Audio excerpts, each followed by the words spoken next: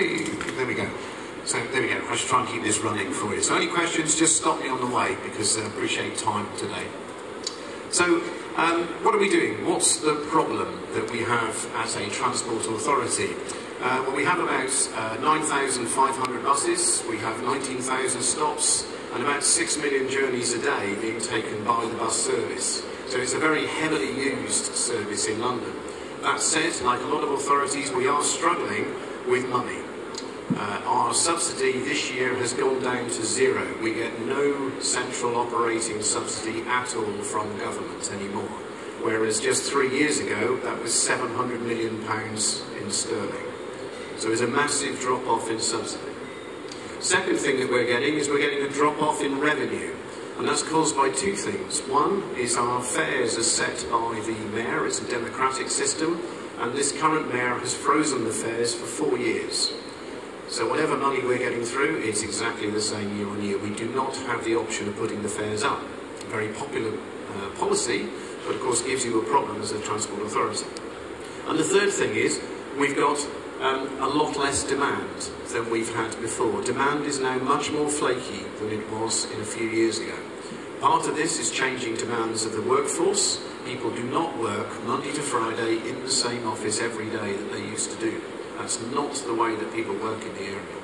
But secondly, we have to say that there is a bit of a recession going on in London. It might not be officially seen as such, but there is definitely less discretionary travel happening. So travel at the weekends, your choice travel items are not happening as much as they used to. And I think that's reflecting a lifestyle change, with people not actually, perhaps you do shopping more online, you don't go to the shopping centres, and then discretionary spend is tight. I'm not going to use the word, the Brexit word, but that is at the top of everybody's mind at the moment, and what our economy might look like in the future. So we have lots of problems. But it really comes back to, for this particular project, what we're talking about is our buses and the bus service and how that's put together. And that photograph is the inside of the equipment bay of one of our buses. And that bus is only 2 years old. And what that basically shows you is that there is every system in there under the sun that you could possibly imagine. So we have TfL, we have our systems are in there, so we provide the tracking equipment. The operators have got their own equipment in there, so they might be doing driver safety, fuel monitoring, any sorts of economy stuff, that will be in there. There's some specified systems. There's an audio system for people with hearing aids, that's got amplifiers in there. But in all honesty, it shouldn't look like that, should it? So when we're talking about maintaining the systems, when we're talking about perhaps wanting to introduce new systems, that's currently our start point. It's got completely out of control. Diagrammatically, when you sort of break that down, if you look at the number of antennas on the roof, each one of those systems is entirely independent from one another. We find that they have got, perhaps they've all got a GPS service on them. Everybody's system, I've walked around here today, it's all the same. Everybody's system has their own GPS service. Everybody's system has their own Wi-Fi for unloading the data at the end of the day. And every one of them has their own wiring, which is what's giving you the example that you've seen on that previous picture. There is no standardization, there is no commonality, and there is no shared use of equipment. So there's some examples there that we looked at. I found there, I said we found 4 wireless LAN services, and we can actually only identify what 3 of them were doing. I've got no idea what the 4th one is doing. I've absolutely no idea with it. But when you start looking at what that means to your costs, it just tells you that one last point. This is not sustainable, and it is certainly not the way that we should be running a business going forward. So what's been happening? Well, luckily, the whole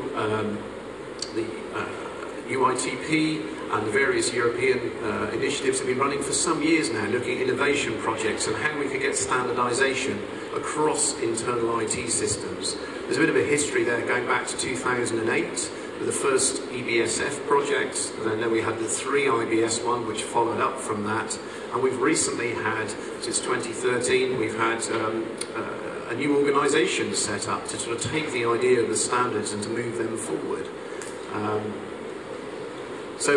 basically, the opportunity came up when the EBSF2 projects were initiated to actually trial putting in a new set of equipment from various manufacturers that we had, and to see if we could actually use the standards that are around to have a sort of plug-compatible system. So if I still had the same AVL reports brought back to the back office, but from any one of the main leading suppliers that are out there. So could we actually do that and get it to work consistently in a London environment?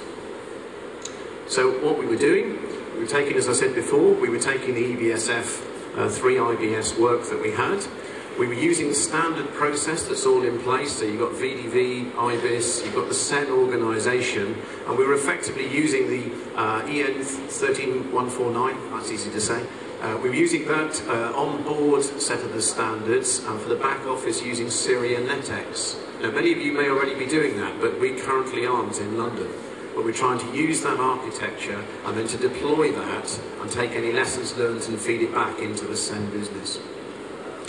So what we were trying to do, that was the key objectives. If you get the project documentation, that's what it says we were about there.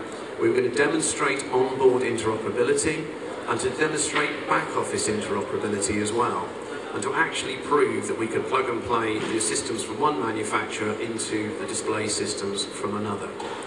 So it wouldn't matter whether you had a trapeze system, an IVU system, an INEO system, an INIT system, we should be able to have that flexibility around our fleet and yet report them through on any of the back office systems as well.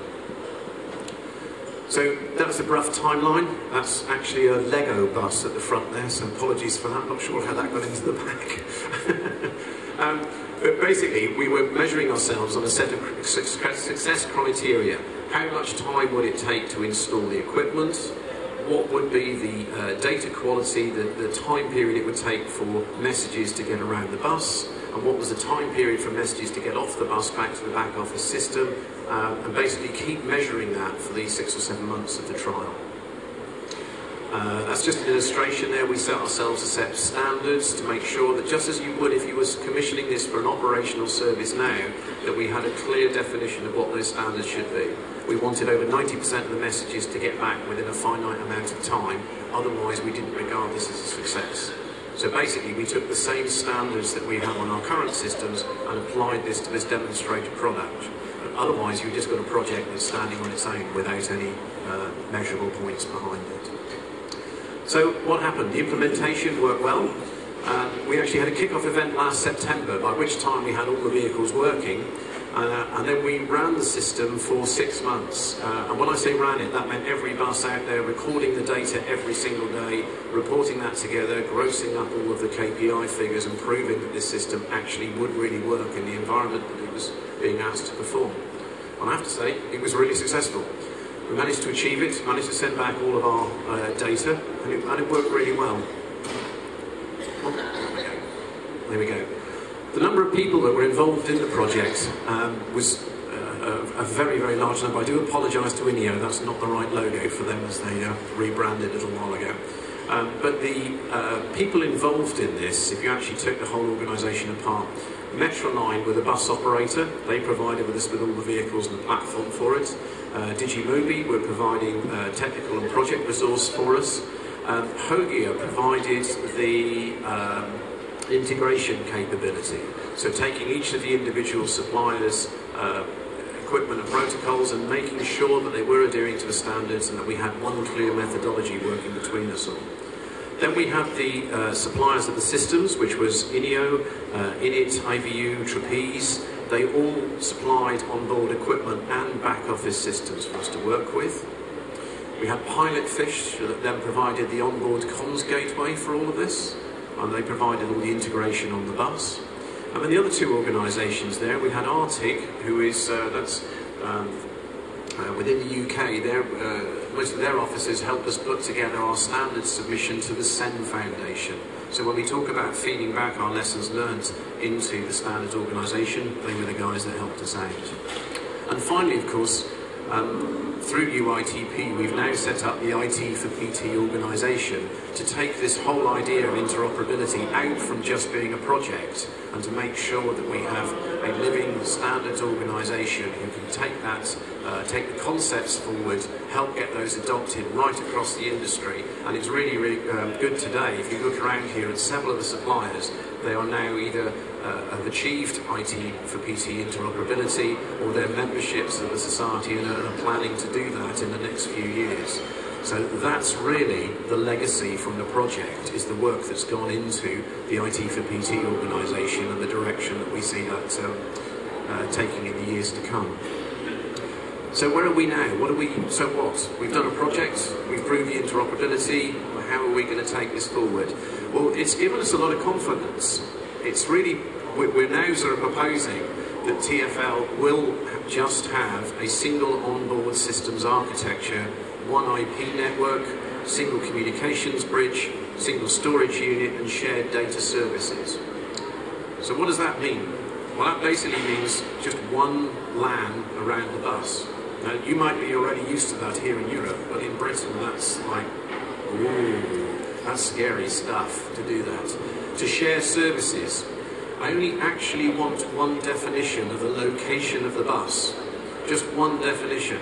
I'm in a situation at the moment, whereas if we have to go to court, I can have a situation where the CCTV system thinks that we're at one location, and the CAD AVL system thinks we're at another location. Now, they might be within acceptable tolerances within both contracts, but if you go into a position of police or legal challenge and you've got your bus reporting itself as being in two different places, that's not a good position to be in. So we want to use shared service. We want one definition of where the bus is. We want one route for communication of the vehicle, and we want one way of passing data around between items that are on the bus. So we've taken the ITxPT infrastructure and we've looked at it, obviously, for London, of course, we're looking at it as a double-decker bus and what this might look for us. And we're currently working on how we would put that together. As I mentioned before, the one LAN, single comms gateway, and a single hub of switches, an IP bridge to get hold of the CAN information, and we want some secure services uniquely for TfL. We have a very successful ticketing system. It's the same ticketing system that we use across the whole piece. Clearly that's got to retrofit into this architecture so that it works. But basically we're trying to take the principles that we've now learned and get this applied into the London environment. Because at the end of the day, this will help us to reduce costs as well as giving us the flexibility that we need for future developments. That's a much better picture of a proper double-deck bus with all of that information on it. I think it's quite interesting there. One of the main advantages we're trying to calculate at the moment, the amount of weight savings that this will do. Because if you've got a bus with every one of those systems, I mean, we've illustrated about 9 of them on there, but at the moment, when you've got 9 systems independently wired, the amount of weight that the bus is currently carrying just for that, just to actually enable that is phenomenally huge.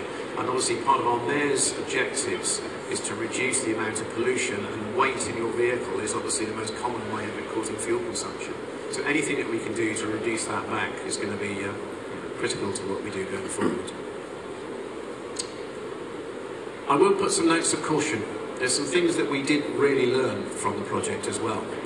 Is that you can have any number of standards that you want, and all of the manufacturers can all agree, and you can prove it on a test bench that what they're producing is absolutely adherent to the standard. But what you cannot do is then plug that together on a bus and assume you've got plug-and-play compatibility. That's not the way this works. What the standards do is set you out a framework, it sets you out an ease of use, and it sets you in a position that you can actually do some things. But you still have to, as an operator or as an authority, you still have to run that testing program you were always going to run. You still have to make sure you've got system integrity, and you still have to prove to yourself and through your contracts that the systems are actually going to work in the way that you've intended. That said, TfL sees that the work we did with the EBSF2 project and how that goes forward for ITxPT is critical to making those decisions and how they work going forward. So although we haven't yet mandated that all of our vehicles will be ITxPT compliant, I think the writing's on the wall when you look at the business case and what it is that we're trying to achieve going forward. So what it might also do is give us some advantages. I talked about the size of London's fleet, but there is a sort of sort of a hidden problem there, that if you do go out to the market and say you want one system for London, you effectively tie up most of Europeans' resources to deliver a system to work up to 10,000 buses. And who knows, if we have a standards-based solution, it could possibly be in the future that you would have a much more open vendor market as well. If we all knew the architecture that we were working through, it might be more sensible for us to have different vendors working into some of those areas and spaces, rather than having to supply for 9,500 vehicles. Possible that it will give us options for different delivery models as well. At the moment, we tend to buy turnkey solutions for our bus fleet. Maybe that gives us different delivery models going forwards. Maybe there's more of a role for operators. Maybe there's a different role for the authority to play. Certainly be a different delivery model than we have now. It also allows us to transfer data between authorities. This is one of the things that I think is a criticism for any large city, is that where you have investments, you can do things in your city environment, which is lovely. But unfortunately, most of our public, most of our travellers come into and out of the city every day. And at the moment, data sharing with neighbouring authorities is not good in the UK. Very, very not good. We tend to have an operator who will look after their own lines. London will look after its own systems. And if you're just living 2 miles outside of London, it's very, very difficult to get that cross-border sharing going. So there's some real opportunities if we were using standard interfaces to take that forward. And finally, as I've said enough times, TfL has got major cost issues. So by adopting these types of standard approaches, we're hoping that we can overall reduce the cost of running the services going forward. So really, I think that's it. That was the sort of main highlights I wanted to put through. I really just welcome your questions on the project, what we've learned, anything that you would like clarity from, just in the time that we've got available. Thank you.